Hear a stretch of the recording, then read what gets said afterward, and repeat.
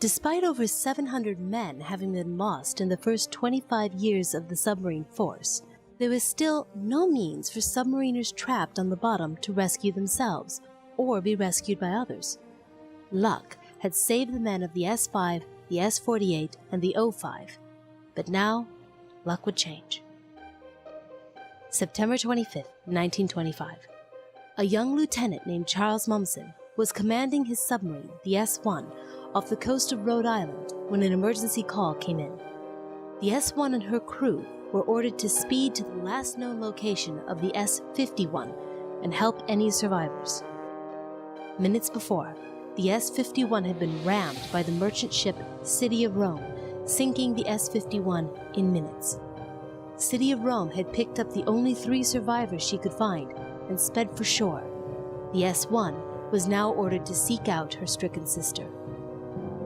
Momsen and his crew made all speed, but when they got there, all they found was the marker buoy City of Rome had left behind, an oil slick and no men.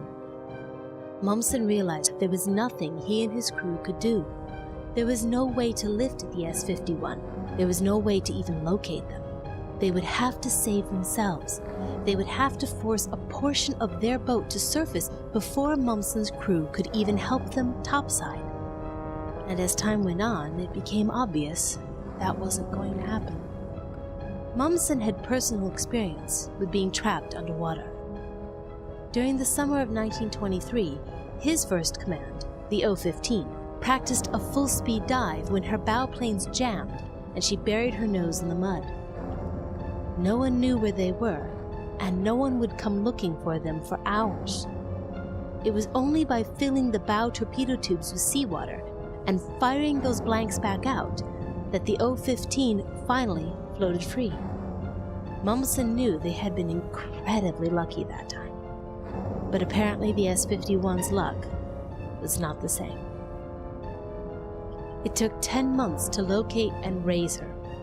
Among her crew had been Momsen's good friend, Lieutenant James Hazelden, a classmate from the Naval Academy and Submarine School. While he circled the S-51's grave above, Momsen thought of Hazelden and tried to comfort himself with the idea that at least Hazelden and his crewmates had died quickly. To Momsen's horror, however, once the S-51 was raised, there was evidence some of the crew had died long after she hit bottom. When Hazelden was found, his fingers were badly torn and damaged, evidence he had died trying to force open a hatch sealed shut under tons of pressure. He'd known he was trapped and died desperately trying to save himself and his crew. Momsen started planning and sketching. His first idea was a type of diving bell, which could be lowered from a surface ship and carry the crew off the sub.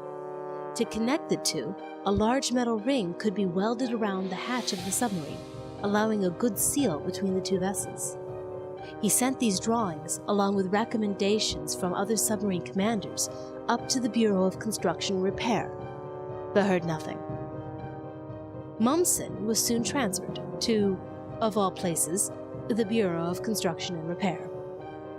He looked into his drawings and found, "Impractical from the point of seamanship," scrawled across the top.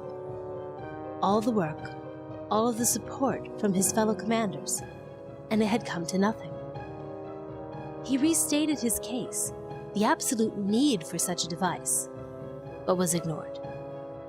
2 years passed, and then luck ran out again, this time very publicly. December 7th, 1927, the S-4, practicing off the coast of Cape Cod, Massachusetts, surfaced right in the path of the Coast Guard cutter Paulding. The S-4 sank quickly, most of her crew still alive, in just 110 feet of water. Night was coming, and the seas were cold. By the time salvage divers arrived the next morning, they tapped along the length of the hull. Evidence would later show most of the crew had died during that first night from hypothermia or chlorine gas. But in the forward torpedo room, 6 men tapped back. "Please, hurry." The winter weather whipped up, but the salvage divers worked frantically to attach air hoses and start the lift lines. The fierce seas kept pulling the hoses away from the S-4. The nation was riveted to this story, listening to the latest updates on their radios, following each new development in the newspaper. For nearly 2 days, the divers worked around the clock, but the tapping became weaker as the messages grew more desperate. "Is there any hope?" the survivors tapped.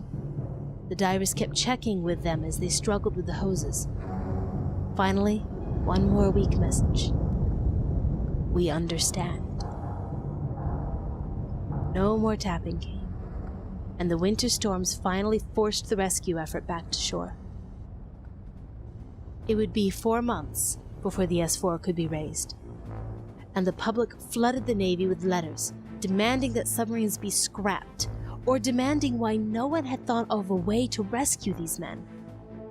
Ironically, Momsen's job was to answer these letters, all while knowing what could have saved the S-4's crew.